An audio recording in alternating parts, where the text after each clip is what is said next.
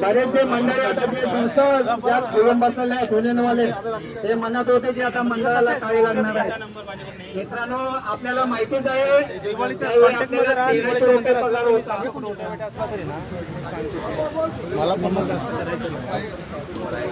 त्यावेळी आपल्याला 1300 रुपये पगार होता.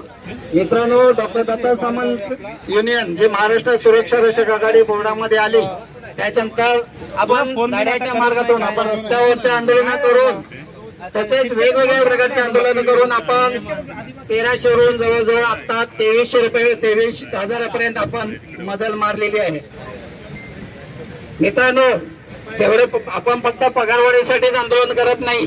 आपल्याला माहिती आहे की या मंडळावरती बऱ्याच वेळा संकट आले, ठेकेदारांकरती आले आणि जे जे सत्तेवर आले त्या सत्तेमध्ये बसलेले बरेच ठेकेदार आहेत त्यांच्याकडे मंडळावरती संकट आले. मित्रांनो पण आपण रस्त्यावरती उतरून पर्यायी हायकोर्ट सुप्रीम कोर्टामध्ये जाऊन आपण हे मंडळ शाबूत ठेवलेलं आहे हे आपल्याला माहिती असायला हवं. बऱ्याच वेळा ठेकेदारांनी आपल्यावरती सह्य केलं मंडळावरती. त्या ठेकेदारांनी त्याने सगळ्या सुख सुविधांचा उपभोग घेतला पाहिजे आणि आम्ही सुरक्षा रक्षक ह्या पगारवाढीसाठी त्या हत्यारगर आणि उदयभटांची हाडाची खिळखिळी झाली या पगारवाढीसाठी. याचा विचार आपण कधी करणार आहोत? खर तर आम्ही कधीतरी येतो, आम्ही आझाद मैदानाच्या मोर्चाला आलो नाही, आम्ही कामात गुंतून राहिलो. आझाद मैदानाच्या मोर्चाला तुम्ही सामान्य मोर्चा समजता तो विटेकर. अरे येऊन तरी बघायचं ना. उभ्या पडत असलेल्या पावसात छताच्या खाली मावत नाहीत लोक म्हणून छताच्या बाहेर उभारून सुरक्षा रक्षक आंदोलनाला साथ देत होते.